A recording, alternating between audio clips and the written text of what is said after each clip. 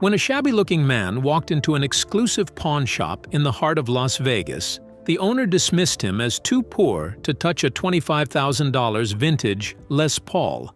Les Paul was an incredible individual. I believe he had over 60 patents involving the music industry. And when he aligned with Gibson guitars, he more or less invented the solid body electric guitar.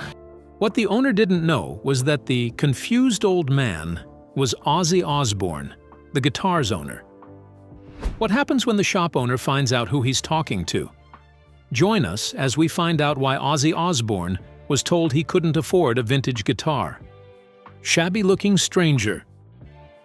On March the 23rd, 2019, a man in his 70s walked into the pawn shop. His clothes were worn, sneakers scuffed, hands shaking as he moved slowly across the shop. Rick Harrison, the owner, barely glanced up. 15 years of running the store had taught him to recognize serious buyers instantly, and this man did not fit the profile. The stranger wandered among the vintage Stratocasters and rare Les Pauls. We have a Les Paul, and he's not sure what year it is and knows nothing about it. Trailing his fingers over the instruments without asking. Rick noticed the tremor in his hands, the shuffle of his gait, the thin, messy hair.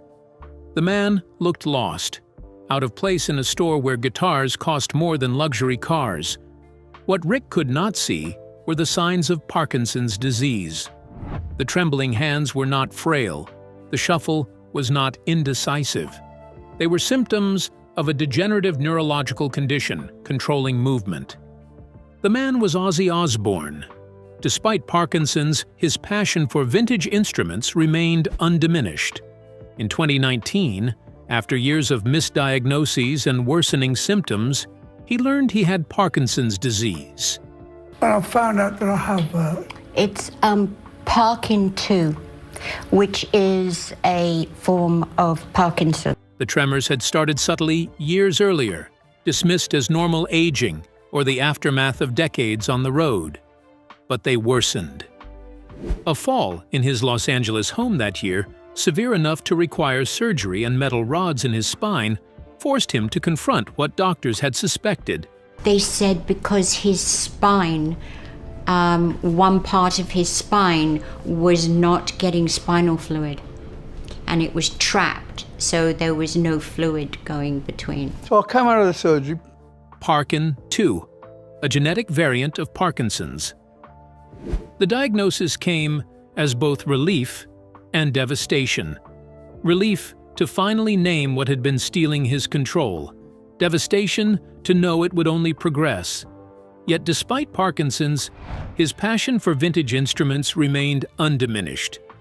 He had come seeking a specific 1970 Gibson Les Paul recommended by his guitarist, Zakk Wylde.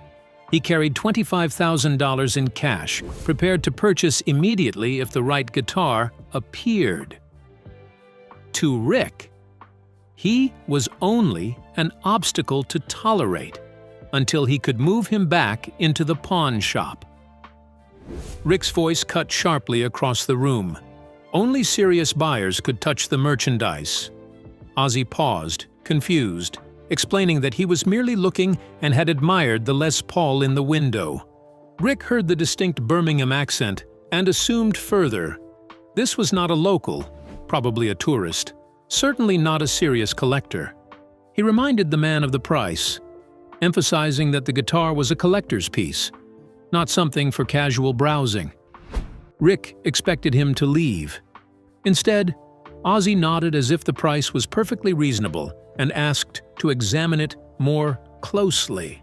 Rick hesitated, struggling to reconcile his assumptions with the man's reaction.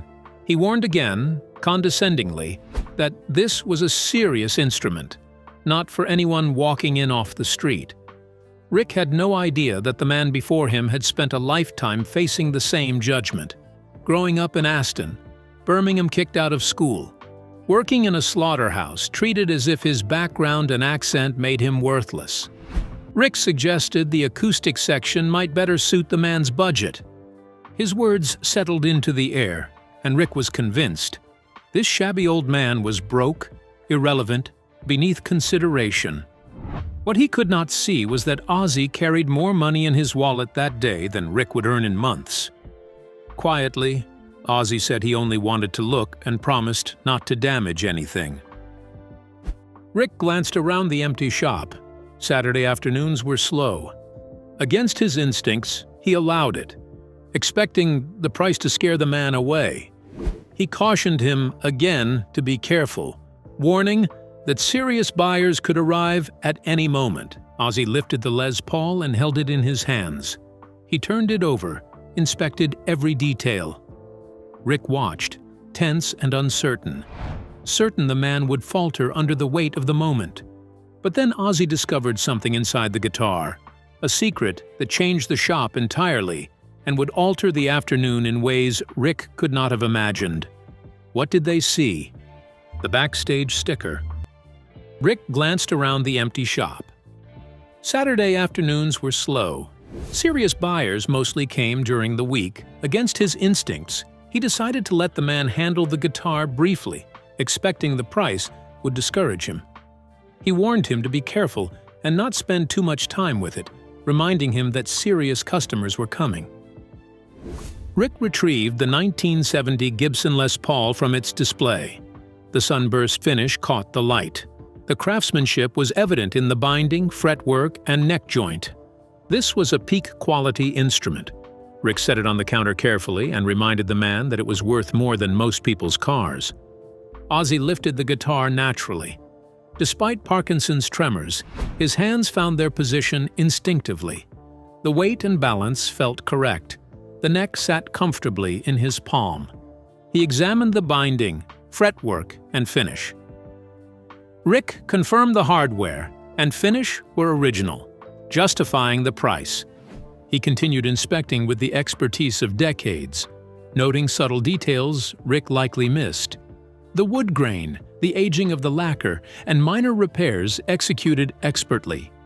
His fingers traced the body of someone who had held thousands of guitars over 50 years. Then he turned the guitar over to check the back. Standard practice for collectors included serial numbers, identifying marks, and repair signatures. His eyes caught a small white sticker partially hidden by the body curve. It was a backstage sticker from the 1970s, yellowed and fragile. The writing made his heart pound. The faded ink displayed his own handwriting, his name, the 1971 European tour, and his autograph. He recognized every loop, every cross, every stroke. This guitar was his. He had owned it, played it, and sold it during Black Sabbath's early European tours.